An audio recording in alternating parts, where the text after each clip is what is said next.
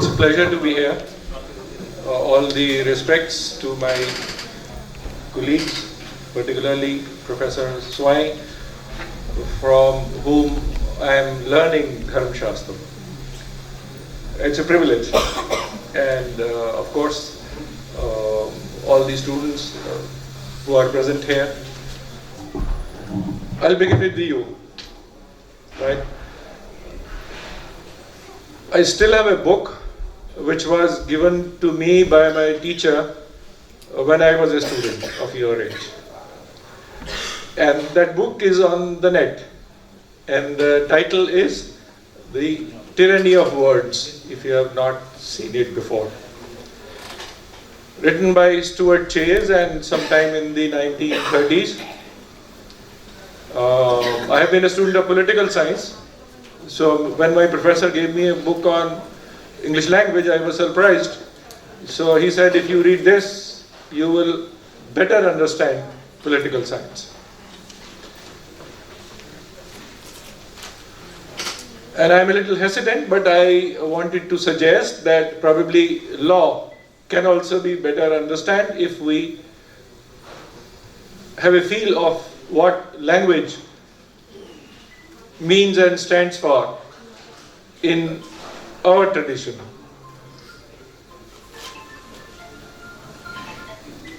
Right at the introduction, Stuart Chase says, do I know what I want to say?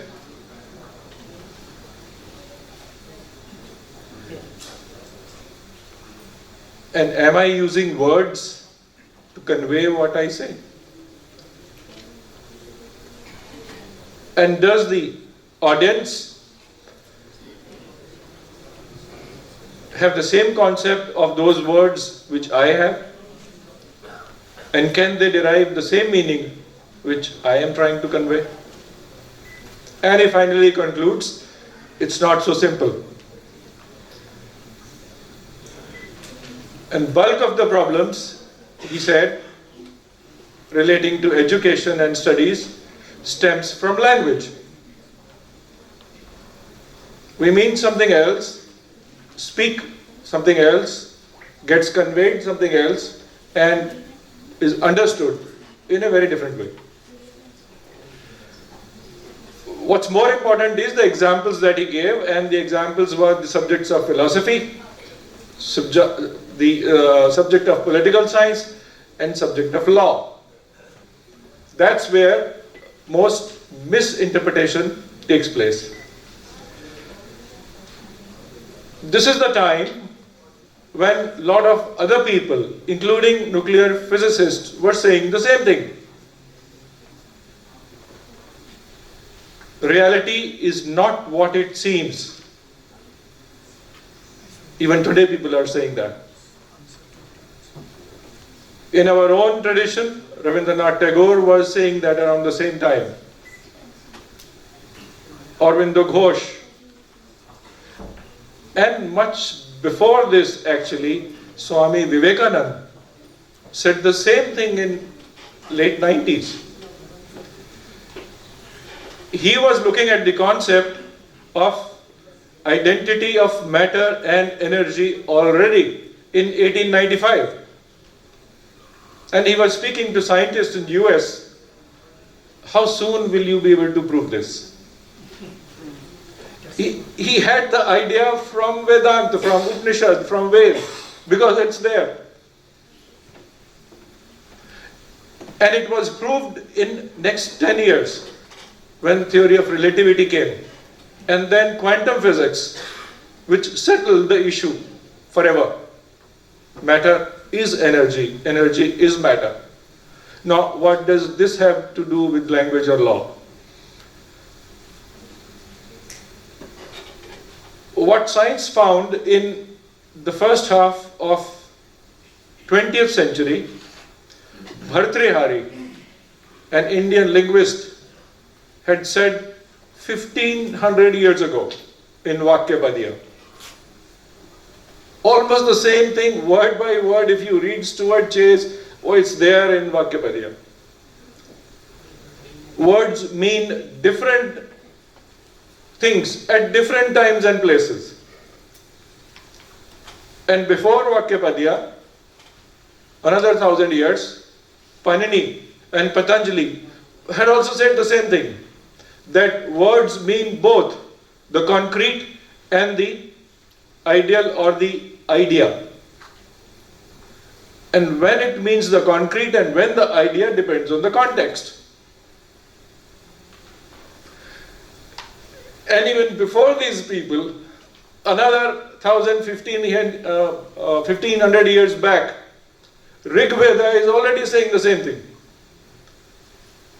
Rig Veda, the earliest of the scriptures, that word is in 4 stages.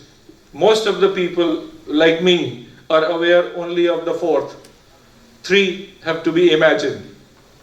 And the last one, Para, Pashyanti, Madhyamika, Vaikhari, these are the 4. Para is the spirit. Today's understanding of consciousness is the same that our scriptures say about the understanding of language, that the abode of language is in the sky because it's energy. And what you use here today, or what I'm doing here today, is manipulating that energy. And I try to do it according to the context. And the words I utter depend on my background, mental. And what you understand depends on your mental background. The connection with law is also very clear. We talk of positivist law. But by this time, by earlier 19th century, it had already been overtaken. We are still clinging on to it. Positivist law hai, determinist law hai, law ne jo keh diya wo final hai. 100 years ago that was gone.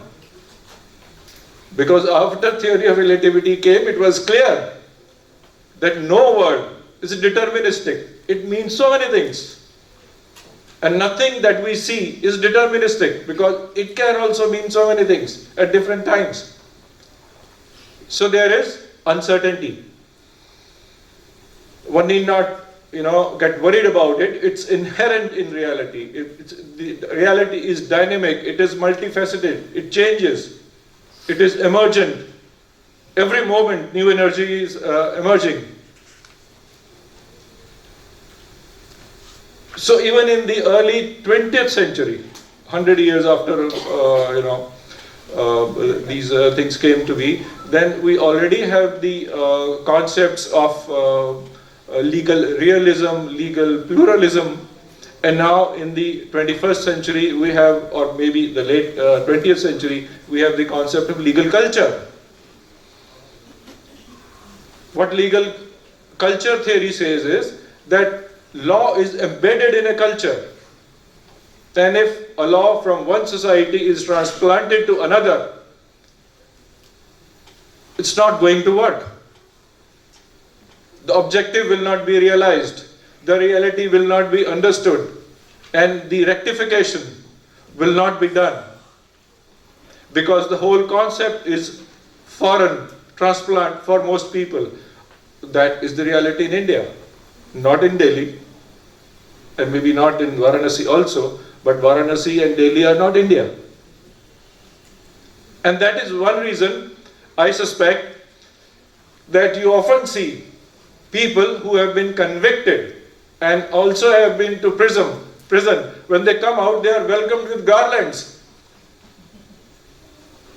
They go on to become again ministers and high officials, and their families also continue to rule over states. Why? Because the two concepts are different.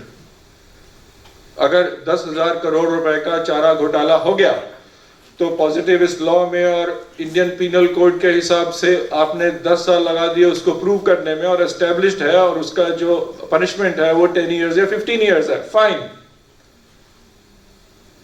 But this gentleman goes to the people and says, गाय चारा खा गई तो क्या हुआ? ये लोग कहते हैं कि मैंने 10,000 करोड़ का घोटाला किया, तो क्या हुआ? तुम्हारे पास गाय नहीं है, वो ज्यादा चारा खाएगी. Simple. People understand that. They have not read Indian Penal Code. They have never been to court. They have never seen a judge. मैंने भी जितने ब्लैक कोट्स और ड्रेसेस में लोग यहाँ देखे हैं, मैंने आज तक नहीं देखे. I mean, common people,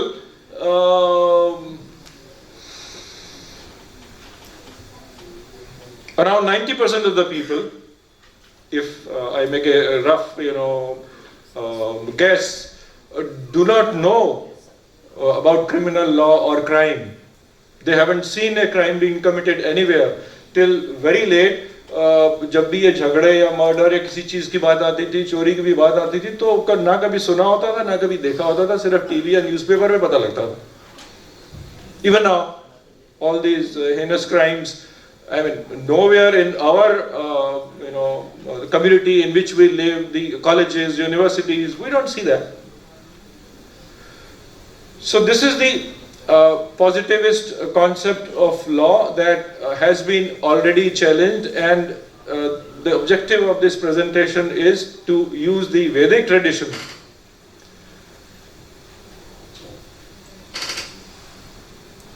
to pull the carpet from under this concept. It is absolutely irrelevant.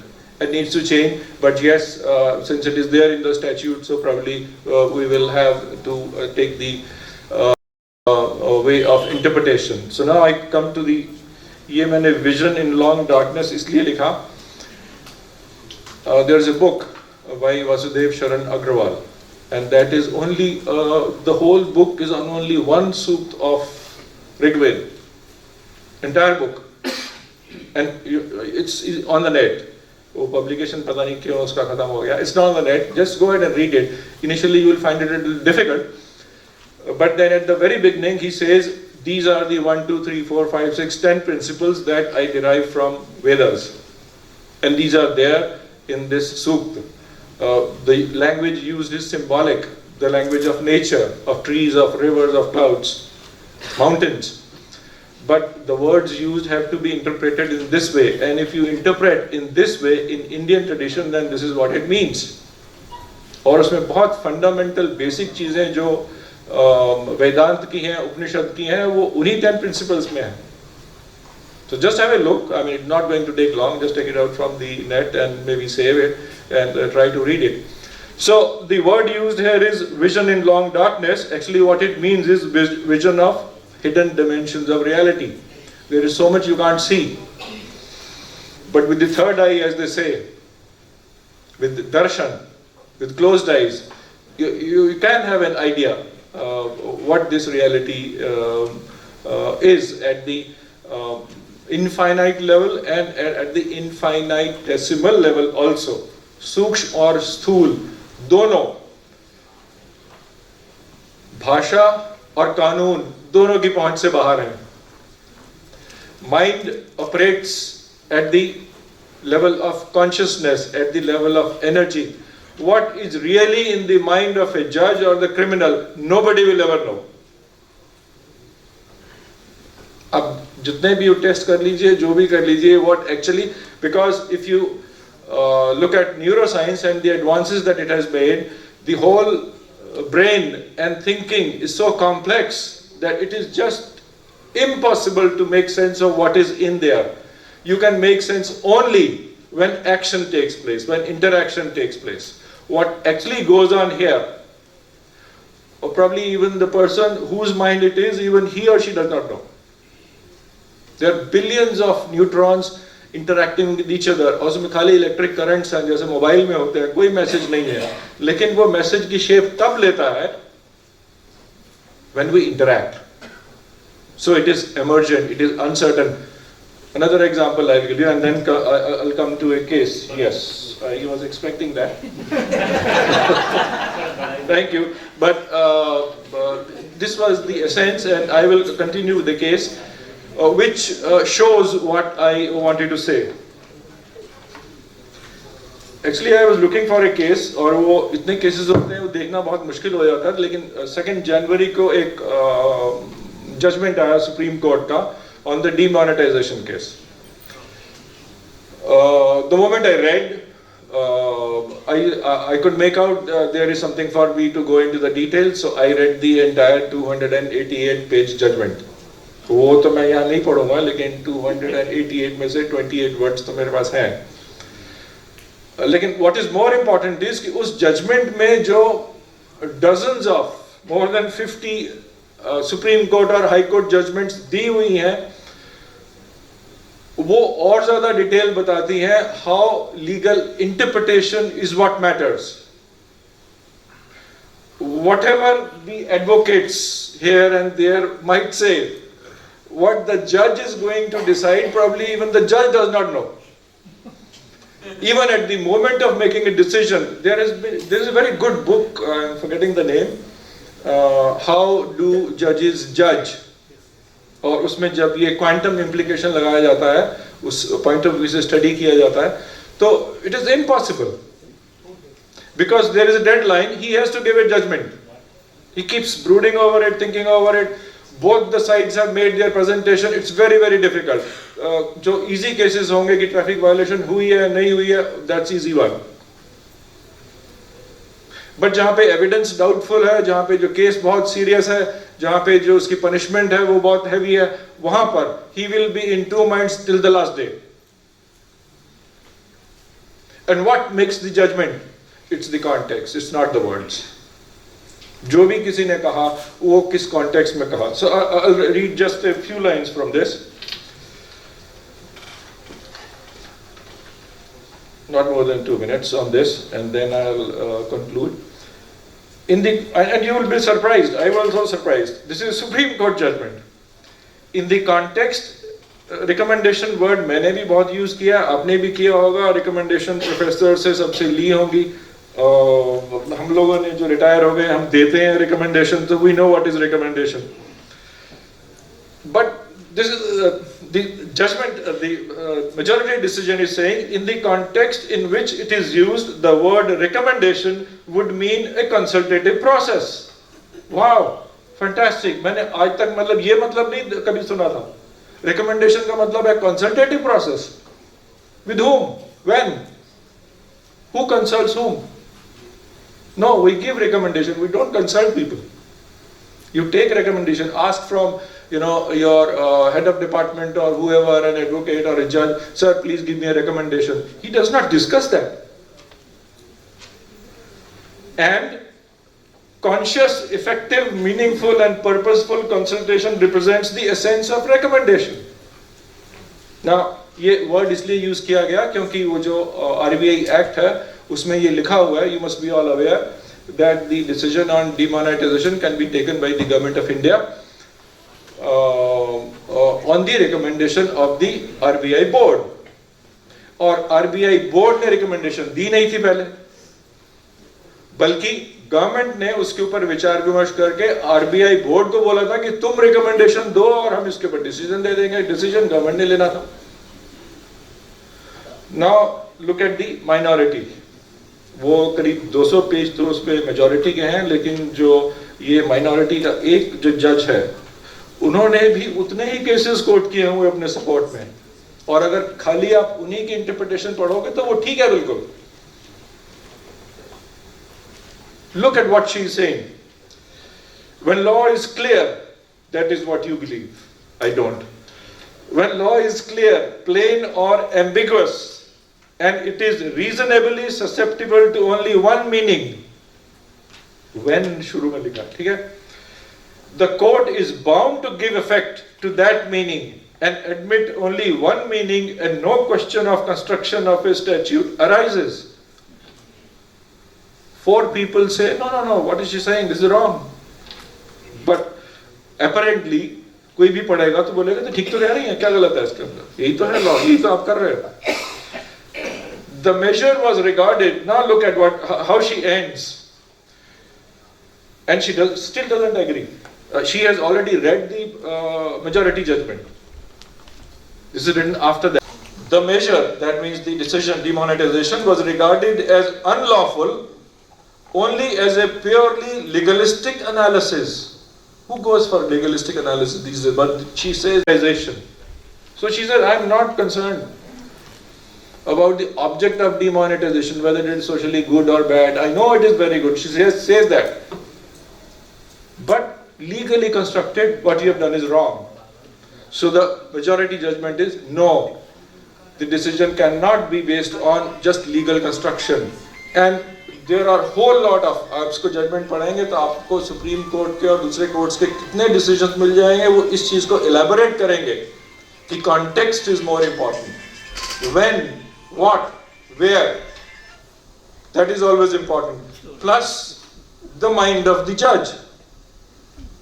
So these are the uncertainties, these are the ambiguities.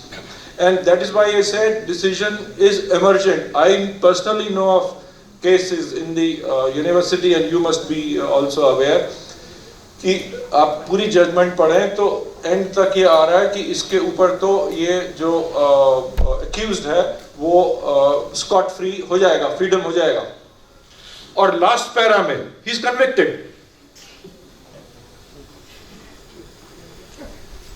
It's there. You also must be know. I know the judgments. So what happened? Well, he had facts on both sides. But in the end, his own, जिसको कहते हैं कि the roots of his decision making, they sort of propel him towards one side, and that's done. And फिर वो और अभी जो जिस केस की मैं बात कर रहा हूँ उसको हाई कोर्ट में चैलेंज किया, उसको सुप्रीम कोर्ट में चैलेंज किया, दोनों जगह पे वो जो पिटिशन है वो डिसमिस हो गई. द डिसीजन ऑफ दैट जज वाज अपहेल्ड. ओके, अभी और तो ज्यादा टाइम नहीं है, तो हमारा जो वैदिक टेक्स्ट है उसमें रित का सिद्धांत इस प्रकार के विधि या नियम के या ओवरऑल कॉस्मिक लॉ के बारे में बात करता है कि the whole system is regulated by a law, and that cosmic law is reflected in the human society also in the shape of dharma and satya. शांति पर्व में जब पूछा जाता है भीष्म से युधिष्ठिर द्वारा कि सत्य क्या है, तो भीष्म बोलते हैं ये बहुत कठिन प्रश्न पूछ लिया. आजकल हम कहते हैं कि मुझे ट्रुथ पता है, तुम ट्रुथ बताओ, वो ट्रुथ बताएगा. तो बोल रहे हैं who knows what is truth?